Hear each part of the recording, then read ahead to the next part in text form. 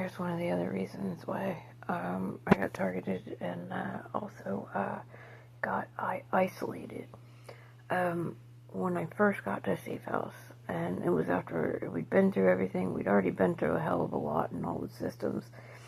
When we got there, I started seeing, I'm very observant, and I noticed a lot of the things that people were going through, and I had created this and decided that I was going to, with my second chance at life, make my dreams come true and do what I've wanted to do since I was a little kid. And one of the things that, especially like with a lot of the homeless people that I met in Asheville, I would just talk to people, and I always kind of ask, like, especially like, I don't know, if you see a homeless addict, most people would look at that person and not give them a second thought.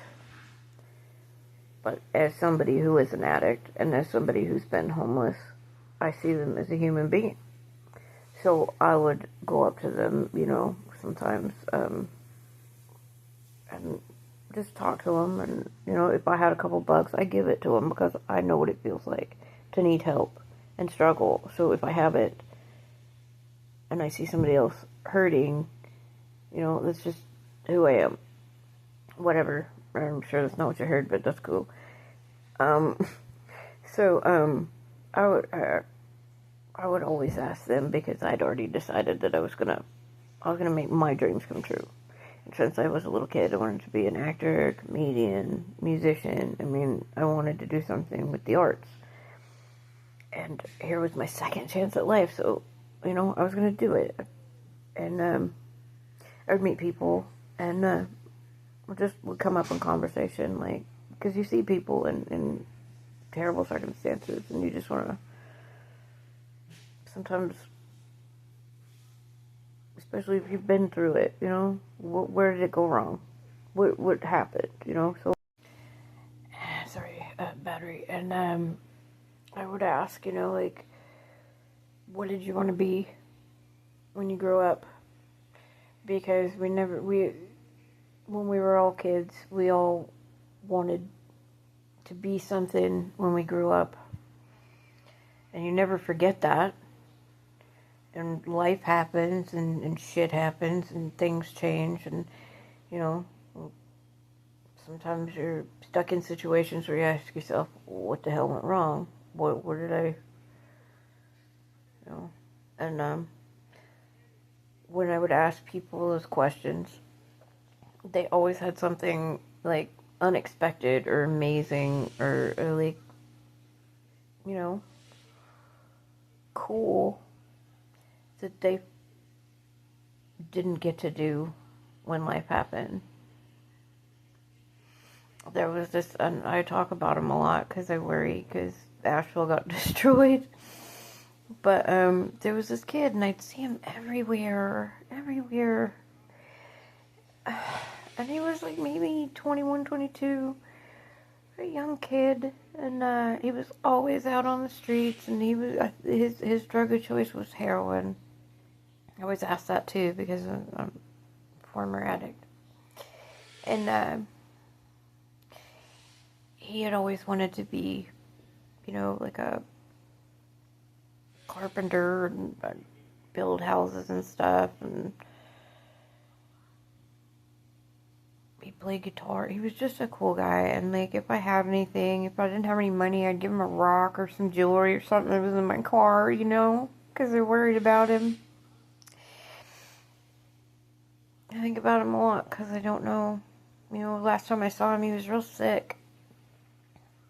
And that gas station that he used to sit out in front of, that I used to pick up orders at the Dunkin' there, they have really good ice. He always sat out there, and it was gone. So after I asked him, I started asking all the other, people that I would meet, and some would tell me they wanted to be a veterinarian, or, whatever.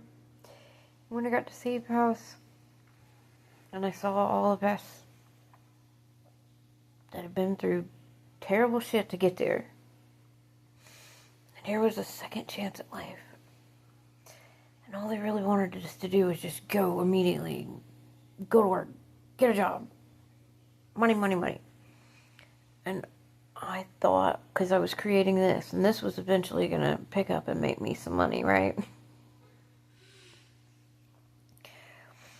Well, I started asking people, getting to know people and asking them, like, what did you want to be when you were a kid, And I was getting all these amazing answers from people. So I got an idea while I was in there, and I started creating it.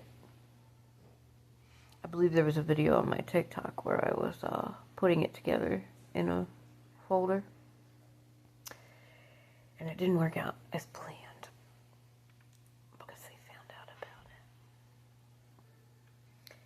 And this idea, from hearing everyone and their,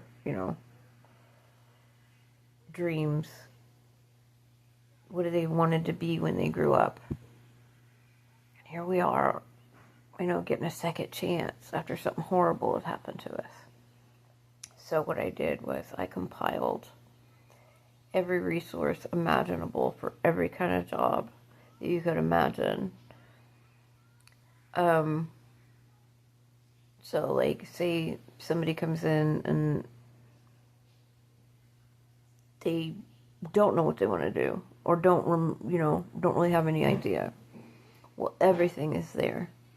Everything you could imagine to choose from fashion design to air conditioner repair.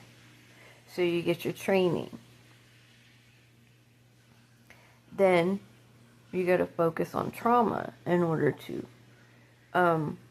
heal enough to be able to maintain the education, job, all that stuff. All the mental health resources I could find in the area for 100 miles. You've got people of all different kinds of faiths that come in and out those doors.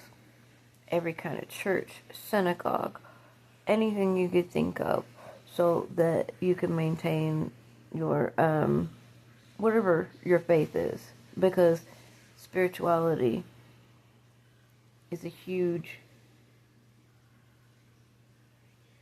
very important catalyst for healing. We were locked in the house with our kids. Nowhere to go. Couldn't get anywhere. Couldn't do anything. I found every kind of resource you could find for just free activities, art classes, pottery, anything the kids could want to get involved with, and things that families could do together. Because being able to have fun and forget for a minute about your troubles, and do things as a family is conducive to healing.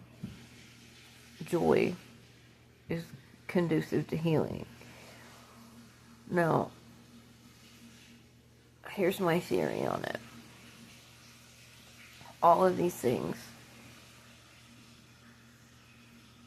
could help a person pull themselves up out of poverty, find a career that best suits their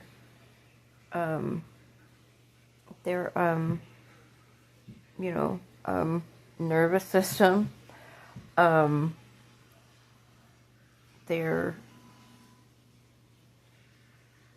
talents, their interests. Because if you go and work a job that you hate just for the paycheck, you start to resent that.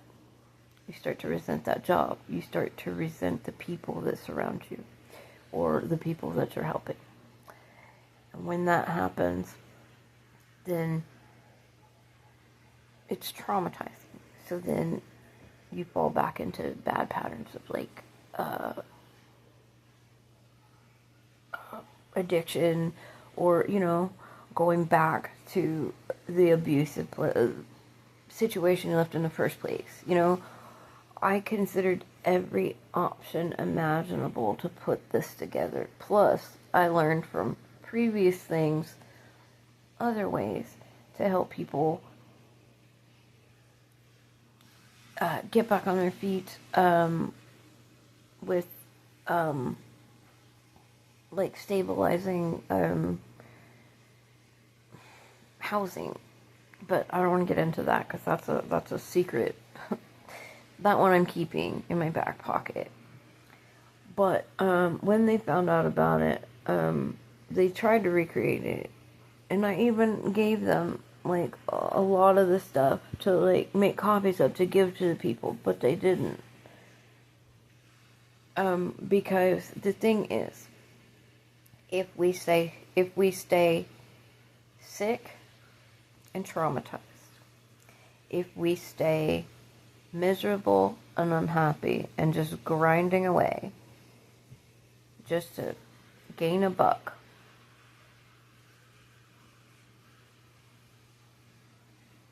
then we're easily controlled and we're making them money instead of making ourselves happy, getting ourselves up and out of poverty, creating a life that we could be proud of.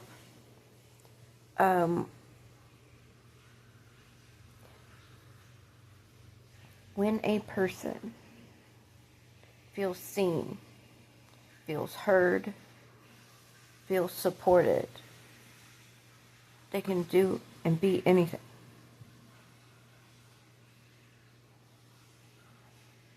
Anything. You can heal from anything. I was such an addict. I do not know how, what is it, 5 years later that I haven't picked up a drink. Because god damn it, with all of this I want to. But all of those resources were in there too.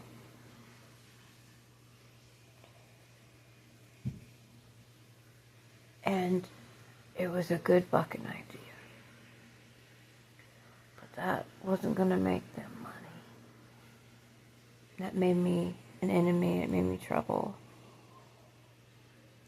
Because I can just meet people, talk to them, see them, and help them see themselves. It's not good for business. But anyway, I have all those resources if anybody here needs anything.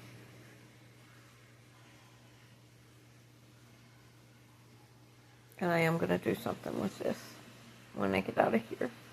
Because I think every single person deserves a shot at a life that they can be proud of.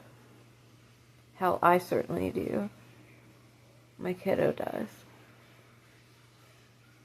And every person I met in that program, whether they fucking liked me or not, also deserved the same.